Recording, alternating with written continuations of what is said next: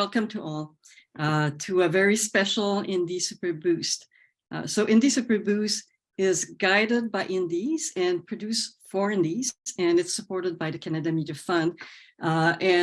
We've been inviting special guests throughout the year. So today is very special, though, because it's International Women's Day, and we have three inspiring women who will talk to you about collaborative world building today. So happy International Women's Day to all of us. And it's great that we have more and more women in our industry. So we are also doing something special today. We usually don't record our Indie Superboost because they're very intimate discussions. But today we will record the panel portion of the Indie Superboost because we do think that a lot of people want to hear these three inspiring women. So we're going to record it and also produce it as a podcast on the Lodgge. So you'll be able to watch it by checking out thelodge.com or our YouTube channel, youtube.com/The Lodgge. The other thing that I want to say is that Kaitlin, who will be leading the panel, is releasing a book today on collaborative world building for video games. So major congrats to you, Kaitlin. We're so very proud to have you and your co-panelists today to discuss it. So I will introduce Kaitlin, and then Kaitlin will introduce her panelists, or at least pass the baton to our panelists to introduce themselves. So Kaitlin Tremblay is a writer and a narrative designer.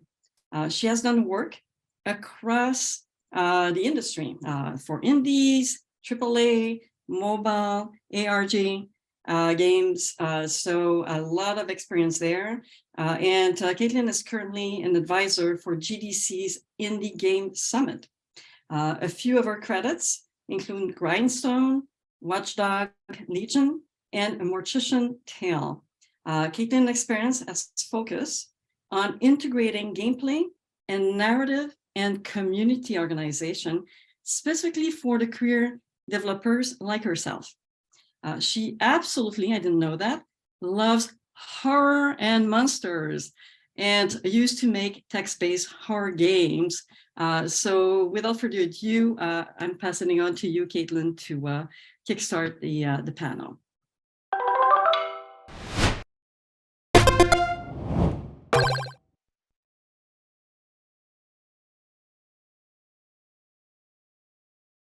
So thank you so much, Lucy, for that introduction. Yeah, I'm a huge horror fan, so that is a big part of how I make media. I just wanted to kind of kick this off and just say thank you, IO, for hosting us today. This panel is going to be a lot of fun. I'm really looking forward to it. And thank you, Meagan and Tanya, for joining me to talk about world building. So I'll actually toss it off to both of you to introduce yourselves. Tanya, if you want to go first. Sure. Hi, my name is Tanya Kan, and I'm a developer now with about 10 years of indie development experience as well as small studio experience, sometimes adjacent to games. I had my start in helping build in UDK with basically back when it was Unreal Engine 3, and now for a good several years now, I've been running my studio called Vivid Foundry.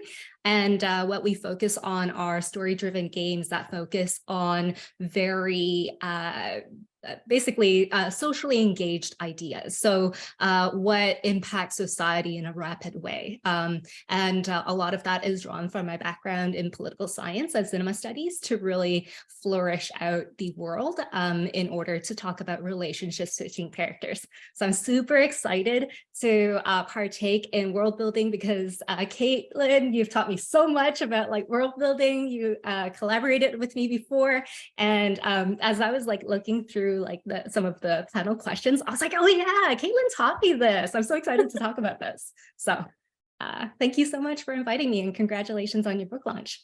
Thank you. That's really kind. I don't remember teaching you anything, but there was a whiteboard, and I did. I do remember collaborating with you early on your game, and that was awesome. Okay, Meagan, do you want to introduce yourself? Tansi, Meagan, Nikasun, Apatwak Kosisan, Hamilton, Ontario, Nuchin. Hi, my name is Meagan Byrne, and I am Apatwak Kosisan, or federally recognized as Métis of the Métis Nation of Ontario. And I live and work in Hamilton, Ontario. I have a weird background. I've done many things, but I actually got my start in arts in theater. So I actually worked as a set and lighting designer, and then live sound technician for years before I moved into games. I currently run my own studio, which got started in 2017, called Achimostawastan Games, which is an Indigenous run and majority Indigenous staffed game company, also out of Hamilton, Ontario, but we have staff from like all over Turtle Island. Achimostawastan is a Cree word that means tell us a story. So we're tell us a story games. And actually our short form Achimo games, that's easier for people to say, means story games. So I really love that. So for us, it's always been about creating new Indigenous stories that reflect our current experience, that aren't necessarily grounded in education or in, the past. It's all about now. So for us here, we're always thinking about the future. We do a lot in Indigenous futurisms. We also do Indigenous sci-fi. And the big difference between those two is futurisms is when you're like really trying to explore what could the future be like, whereas sci-fi is we're talking about right now, but we're going to put some chrome on it. And for me, actually, Kaitlin was the one that made me really reconsider what it is to be a narrative designer. So I've actually even changed my role and title to reflect that. So I call myself a narrative mechanics designer, because that's really what I do, because the two cannot be separated. And it's thanks to Kaitlin that I realized that. So thank you for having me. Yeah, that's awesome. Wow, I'm so honored. And I'm so excited to be having this conversation with both of you, because both the work you both do is so intentional in world building, right? And like having had the chance to work with Tanya and Meagan, having had a chance to play a little bit of like Hill Agency when you had a demo out last year, is like there's a lot of the world that just you can feel it through like the game mechanics, you can feel it through the art, through the story. Like world building in both of your games is not just like a thing that exists in a world Bible and then it lives and it dies there, right? Like you really feel it in every bit of both of your work, and that's a really exciting thing I want to talk about. Just a bit of context: the book that kind of spurned all of this panel and is going to be like the framing device for this is about collaborative world building for video games, and it's not just about like the fact that like world building is a thing that famously, writers and narrative designers and storytellers do, but world building is also something that game designers do, and stuff that artists do, and stuff that even programmers and audio director and audio folks do. Everybody contributes to world building, and there's a lot of practicalness in world building that I think is like really interesting for us as game devs to kind of grapple with, right? Like how are we actually surfacing the world to our players, and how are we doing that together? And so that's kind of that's what my book is about, and that's kind of what I want this panel to be about.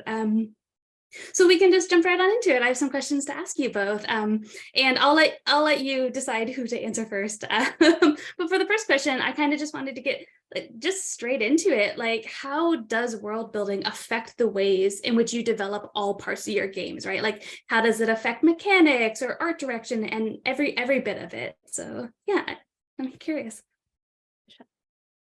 Okay, I'll go first if that's okay.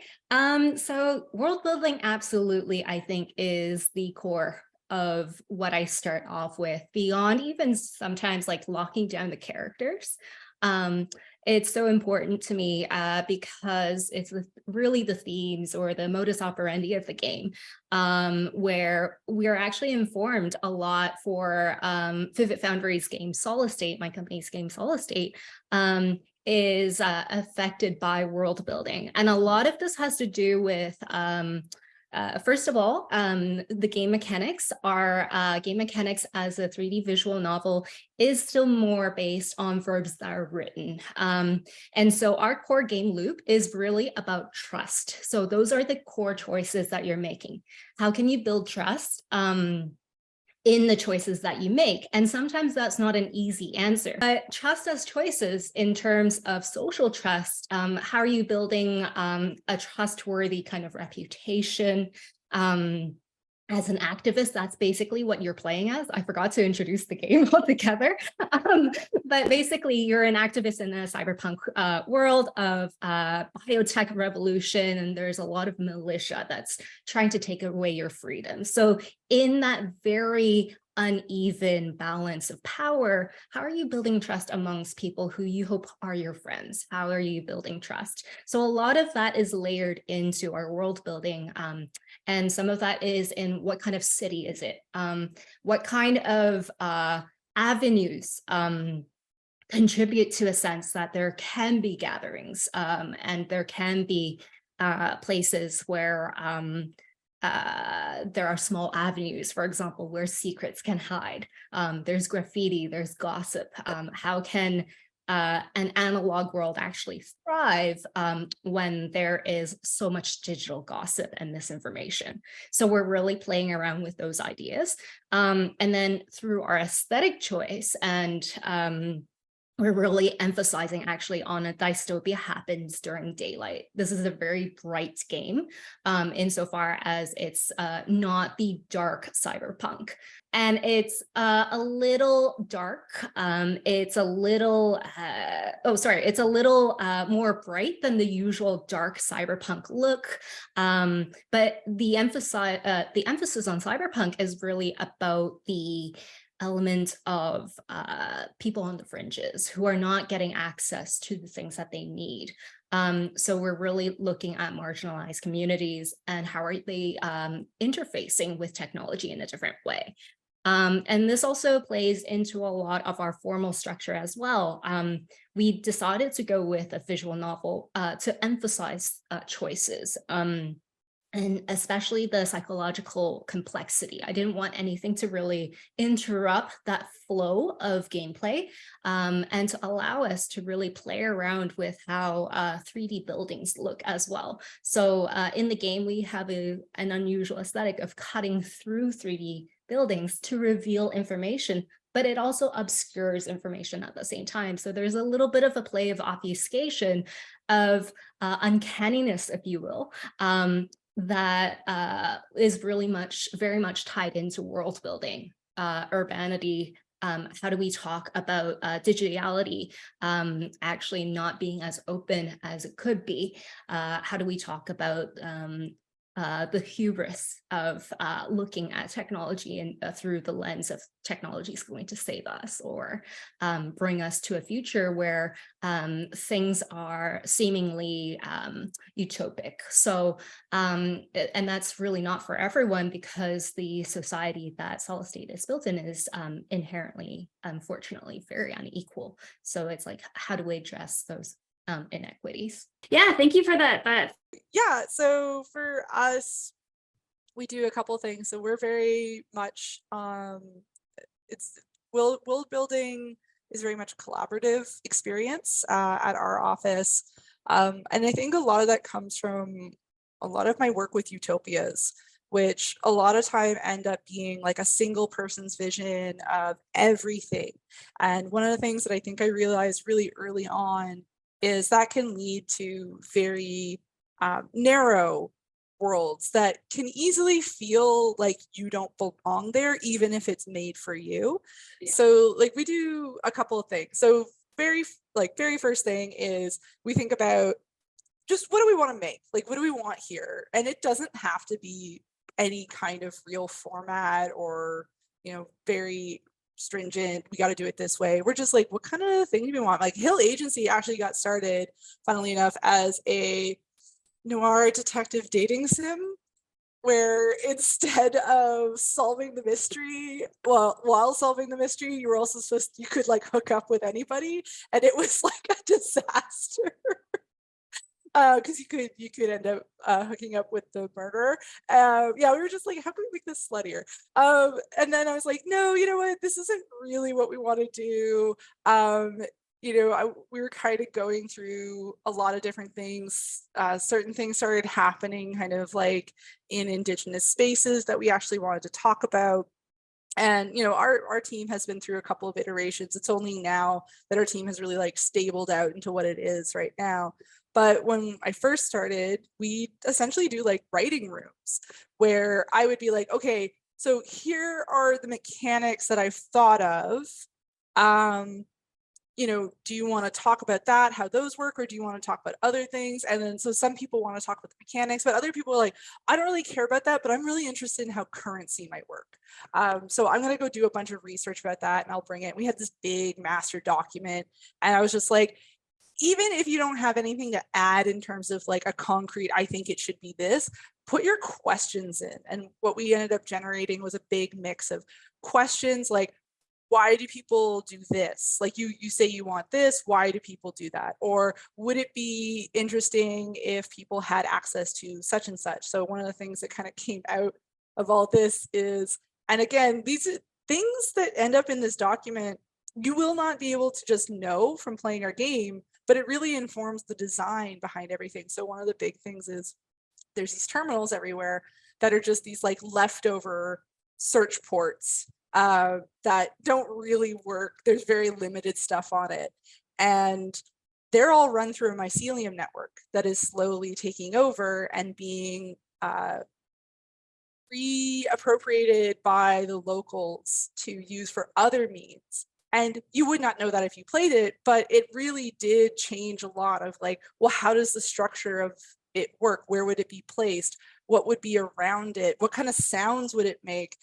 So like right now, when you turn on the terminal, I don't know if anyone's been into this, there's people who like plug those little sound things into mushrooms to get sounds. It's that kind of audio. But we never would have added that little feature if we hadn't kind of gone from, well, okay, so they have to have this old infrastructure. Well, what happens over time? Oh, this happens. Okay, then like maybe the mycelium takes over. Well, we could just use that for the internet. So it's a very collaborative, it's very fun, I think, for us. And I'm also really big on letting everybody on the team who kind of touches the project to have their say. I'm very big on trusting the team to make their own decisions. I've put together the document. I've created kind of like here's an aesthetic that we're going for. And I kind of like have at her and then show me what you got. And 9 times out of 10, what I get is way better than whatever I could have come up with. And I think for me, that's my favorite part about world building in games is when you're not alone, when you're doing it with a team, and when you're playing off each other and when you trust each other to play off and when you kind of give up ownership. I think growing up with games, a lot of the stuff that I heard was, it was very collaborative, but like X person was doing this and they got to do the writing and maybe the artist got to have some say, but not really. And I feel like that kind of became more and more the norm to like have these sort of siloed spaces for designers and developers and creatives in games where the world started feeling almost like it's not talking to itself. And for me, I think has a lot to do with like, how do you empower your team to let your world talk to itself? Because your team is your game world. Like really, the programmer, the sound designers, the artists, those are making your world. So in fact, they are part of the world and they should be part of that world building process. I really appreciate the way you said like the world isn't talking to itself when you're siloed, right? Because like I think that's the thing that I'm really interested in is the way in which like programming, the way it sets up like physics, the way it talks about your boundaries, the way it programs like monster AI, like all of that is world building, right? Like all of that is saying something about how things are contributing, how they work in the world, what movement's like. And you're right, like if those are not all aligned, then the world isn't speaking to itself. And I think that's such a great way of phrasing that. I also think like a lot of world build, just like on paper, when you're thinking about stories, is a lot of like, power. Like Tanya, you're talking about like, how do you navigate power imbalances and how like the role of gossip in political systems is that's so much world building, right? It's like, where are people allowed to speak? Where are they not allowed to speak? And like all these kind of things, I think are like the really interesting fodder of world building. And I really, really like the way both of you approach that, and we're talking about that. So that's all very interesting and very, very cool to me. Okay, so kind of piggybacking off of that, that's when world building goes great. What are the common pitfalls you try to avoid when you are world building? Like, what are the things you try to watch out for? Okay, sure. So this is something that we are currently struggling with, and it is a very common problem even with non-narrative games, and it is scope. So for our team at Soul Estate, we really want to tackle the idea of how can we have something where the moral of the story is hopeful despite all of these incredibly difficult challenges of speaking truth to power. And this is very true today. This is very true 10 years ago. This is very true across all different forms of international activism, and how activism talks to one another, especially in and under violent regimes. So over the course of this, one of my tools has been to actually go to talk to people who were on the front lines around the world to understand their perspective, because I've only read from textbooks beforehand. I've only read from documentaries, well, you can read documentaries, sure. Watch documentaries and even watched biopics associated with movements, famously like the War of Algiers. So in terms of like classical filmmaking. And the difficulty of all of that is, how do you then communicate that with a team and try to compress so much historical content and research into something that's cohesive? So that's something that I really struggled with. One of the challenges of helping frame that has been really to work with more consultants, editors, but nonetheless, over the course of creating our spreadsheets of basically our world Bible, it's still doubled in our final like word count, basically, and the number of branches. And one of the things I was pretty insistent on including is a fairly experienced activist as one of the main characters. Her name is Swaley, and she's Afro-Brazilian coded. So having someone who has that experience definitely led to a bigger project in a way, because then her experience is helping build out not just, for example, like one engagement in terms of like one protest, but it leads over time. It becomes like not just a one-off of an experience, but over time, how does movements build? And that's become the story that we really wanted to tell. So the pitfalls really has to do with like, well, it's story-driven. The scope is really difficult to tighten when there are so many themes ongoing, so many choices that can relate to the theme of trust and social trust. Another one is that the narrative really has to finish first before the level design for us, especially because we were working with a 3D landscape, and the words themselves have to work within the real estate of the game. And then it's like, we also try to make it very relevant to today's modern protest movements, rather than the ones historically, like say, I don't know, the French Revolution. We weren't going that far back. And there were a lot of things that happened in the last 6 years that really did contribute to us changing how we talk about, for example, marginalized communities such as Black Lives Matters, talking about movements. So, and how do other, for example, migrant laborers engage with different activist movements? So like, working with that, and then like, how do the middle class, different groups, say, for example, Occupy Wall Street, then also slowly start becoming radicalized and in an engaged way, and progressive, more and more progressive and left leaning. So it was like looking at all of those flows. I think even from hearing myself talk, I'm like, oh no, this is scope creep right here. So I'm demonstrating exactly the pitfalls. And furthermore, I think it's like the story of all of this is in some ways about intergenerational trauma. And I had a really difficult time with just mental health, of how can I talk about these issues in a way that lets me like have rest at night without me just like constantly rolling it through my head and thinking, oh, there's still another story that I want to tell with this. And I think at the end of the day, I just have to like step back and say, no, we've told what we wanted to tell here. It's okay. And I think a lot of that has to do with basically my team collaboratively saying, that's really good. Yes, and I think that's good enough. You've told that part of the story. And it's okay. Someone else will build on that, right? Like hopefully, you know, if someone likes the game, or even if they have questions, then they'll build on that.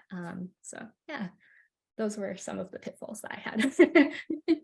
Yeah, I think I think you've found something that's really, really crucial for us as we're world building, right? Is like finding the line of what we're able to tell in the space that we have, while acknowledging that we've also created space for all these other stories, right? Like to me, that's the hallmark of like, that is good world building because it's so expansive. There's other places you could go. And it's tempting to want to go all those places. So it's good to have a team that can be like, this isn't our focus. It's good that we can gesture to it. Yeah, that's cool. Meagan, you want to go for the question? Yeah, so like 100% the scope thing, like, yeah, for us, we're like, we'll put it in the DLC, just get it out. Next game, next game, put it in the list. But I think for me, when I see what I would call frustrating world building, where you're like, oh, wow. And then you are like, no, like I find usually when they're not asking themselves hard questions and they are not self-aware of their own political positioning. So that overwhelmingly I have found is what causes what I call frustrating world building, where, and I think you actually see this a lot in folk horror, where, I mean, tangential to like the history of folk horror, but folk horror is a type of horror that was specifically designed to justify Christian colonial behaviors in Gaelic and I guess Anglo-Saxon areas, to make themselves feel good about being that dominant force because that group sacrifices children. And we see this all the time in a lot of things. So, you know, the history of folk horror is quite old. And that is an example of what I would call frustrating world building, because it asks questions that it is uncomfortable in answering, or that it will throw an answer out at you and you're like, that does not track with my understanding of the history of these things. And I think frustrating world building is more frustrating for people who have a general, or not a general, who have, especially, you know, when it comes to like Indigenous nations or the stuff, who are like, I know the history of that place. I actually know what you're referring to. Do you know what you're referring to? Because you're presenting it as A when it's actually X. And this is where I think a lot of marginalized people get frustrated with the status quo, because oftentimes these things are used as shorthand for things that they do not really represent. And I usually call them uncanny signifiers, because they're uncanny to the people from within that culture, because they see it on the screen presented, and then they're like, that's not what that means. I can see what you're doing with it, but that's not what that means. You have taken something from my culture, you are using it for a shorthand to represent something in your own culture, but do you know what you've just said? It's almost like taking a French word that's a swear word and using it in English to talk about your kid and how sweet they are. It's like these things can cause conflicts of understanding in people who are familiar with the originator. So yeah, that's one of the things that I think has been for me, and especially as an Indigenous person, seeing the use of Indigenous culture as shorthand in world building to represent, spiritually enlightened, savage, primitive, and it can become frustrating because you realize that they've not seen what they presented through to its natural conclusion. So, in a culture that has, I'm not naming names, but in a culture that has such an important birth ceremony, it follows that it should have as equally as important a death ceremony. But if you're writing from a culture that is deeply uncomfortable with death, as many European cultures are deeply uncomfortable with death, it creates this situation where you're like, there is something not right here, and I cannot put my finger on it. But audiences know, they know, and it carries through, and it starts tainting everything else in your world, because now you have this unease, and you start looking at other things in this world, and you're like, well, like, that doesn't make sense. And and then it builds on itself. And then all of a sudden people are like, I really liked it at first, but by the end, and I can't figure out why. And then of course somebody writes an essay years later and you're like, that was it. Yeah. Much props to all the YouTubers doing deep analysis of video game world building. You're doing God's work. Yeah, seriously, it's incredible. Tanya, I can see videos again. So I wanted to give you an opportunity. Is there something you wanted to say in response? Because you look like you were quite engaged with what Meagan said. So I wanted to throw it back to you. Oh my God, there were so many things. I started writing things down because I love what you said about uncanny signifiers. I think we're structured in a way that I have kind of the final. So sometimes I just we started off with like really fast-paced, because I'm not good at that. You can tell by the way that I ramble. Fast-paced. Fast-paced scenes, which is not my strength, but I'm so glad that we have that kind of framework. But I love that idea that you mentioned about uncanny signifiers, because I was like, should I mention about stereotypes, especially Asian stereotypes, especially Asian women stereotypes, where there's not supposed to be any queers whatsoever, zero queers. Queers are for other cultures. I'm being absolutely sarcastic, by the way, for just to be absolutely clear. Please do not edit this video so that it cuts off right before I say sarcasm.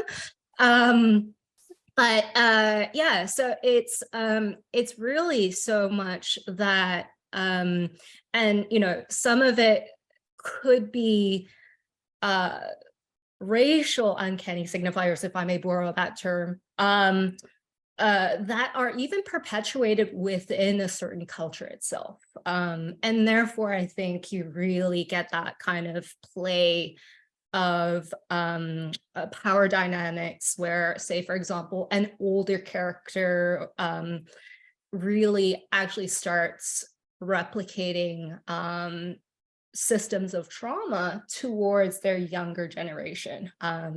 In Solid State, we do have a character like that. And I really want to hit that nuance of the difficulty of moving within that relationship, and how that can really fracture within just a family unit, but also within a greater kind of neighborhood society. Like, it has bigger ramifications. It really is so much about, I think, like, the personal is political.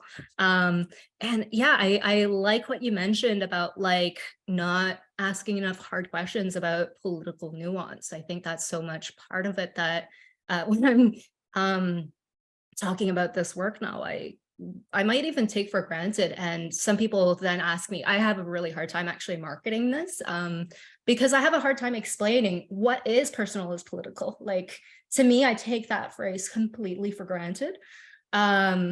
And to me, it means basically like what affects, say, for example, my economics and my social opportunities personally may have bigger, deeper societal ramifications that other queer women have, because I'm also subjected to certain discrimination that might be passive or might be very overt, for example. And that carries through into different forms of behavior from the people that I meet to the structures that I see. So in that, we really try to build in that kind of world building such that you can actually tell that different characters have different opportunities. Some characters just, never mind, I nearly gave a spoiler. Yeah, so okay, some characters have more opportunities than others. I think I can say it that way. Just didn't go straight to the ending there.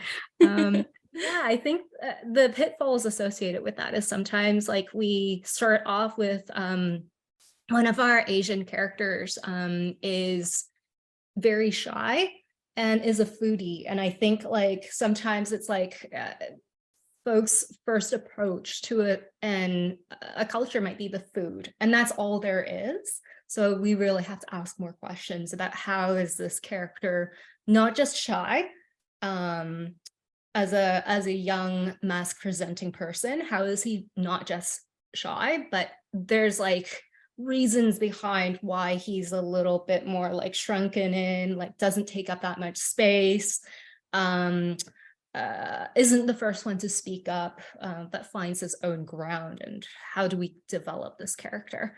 Yeah, and I think we really try to emphasize not just roles of East Asian queer women in the game that are very infrequently seen, but we definitely really try to work against that stereotype of like the Asian kind of wallpaper character who's just always very subservient for all genders, basically.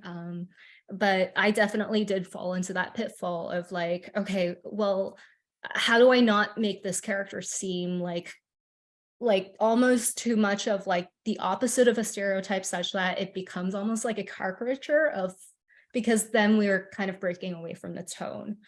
Yeah, and then it's like, okay, if we break away from that tone, what are we losing? Are we moving away from the whole framework of like hope, for example, that we wanted to create, trust, and in a way, yes, because it doesn't like jive with the rest of the game. So yeah, that's kind of where we had some pitfalls for sure. I really like that you mentioned that.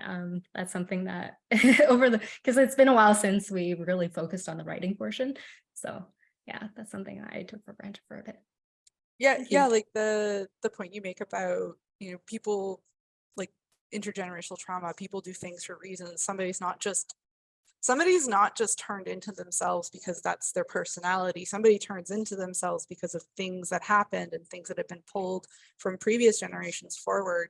So I'm a big lover of Umberto Eco, who everyone knows for like fascism, but actually what his what he is very good at, and I don't remember exactly if he has a word for what it is, but his entire philosophy is very similar, I would say, to a type of detectiving. Like, so if you have Sherlock Holmes is deductive and inductive reasoning, Umberto is unraveling reasoning. So what he likes to do is, how do we find the threads of what make us now what we are? Where did those threads come from? Where was that pulled from? Because we are ourselves a collection of the things we have read, the people we have met, the people who raised us, the environments we grew up in. These are all the threads that make us who we are. What he likes to do is, I'm going to pick a color in your tapestry and I'm going to pull until I find where that comes from. And then I'm going to see where that color came from and I'm going to pull in this direction. And so what I like about his work is, because he also works in fiction as well as in philosophy, is things like Name of the Rose was literally an experiment in how do you make a pre-Sherlock? Who made Sherlock? Who made Sir Arthur Conan Doyle? Who made his mentor who came up with these theories? How do we pull that out? That's how I look at, this is what I say when I say a lot of these world builders do not ask themselves these hard questions. They do not like to pull the thread of who they are. They do not want to look at where are these threads coming from and where did those threads come from. But you have to. Like if you're going to build, a world is not you. A world is the threads that made up you. You need to pull them to make sure that what you're saying is what you mean to say. Yeah, you have so many succinct ways of explaining things. It's awesome. like world building at its heart, right? It's interconnections, right? It's like, how does environment create creatures?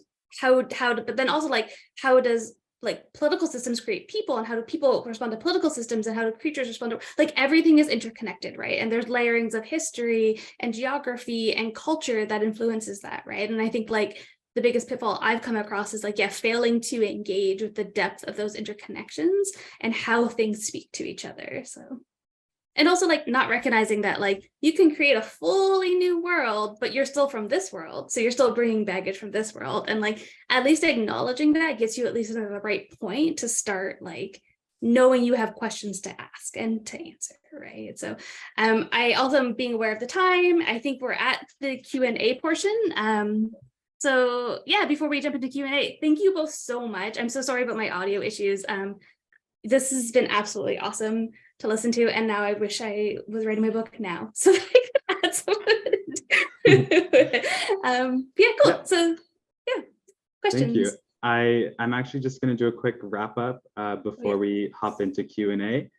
Thank you so much, Kaitlin, Meagan, Tanya, and everyone for joining the panel portion of today's Indie Superboost. And thank you to the audience for watching this at youtube.com/thelodge.com. This has been episode 13 of the Lodgge Podcast. Scott will be back next week with our usual format featuring Battle Goat Studios, and we look forward to seeing you there. Thank you to Ontario Creates for your continued support, and everyone take care.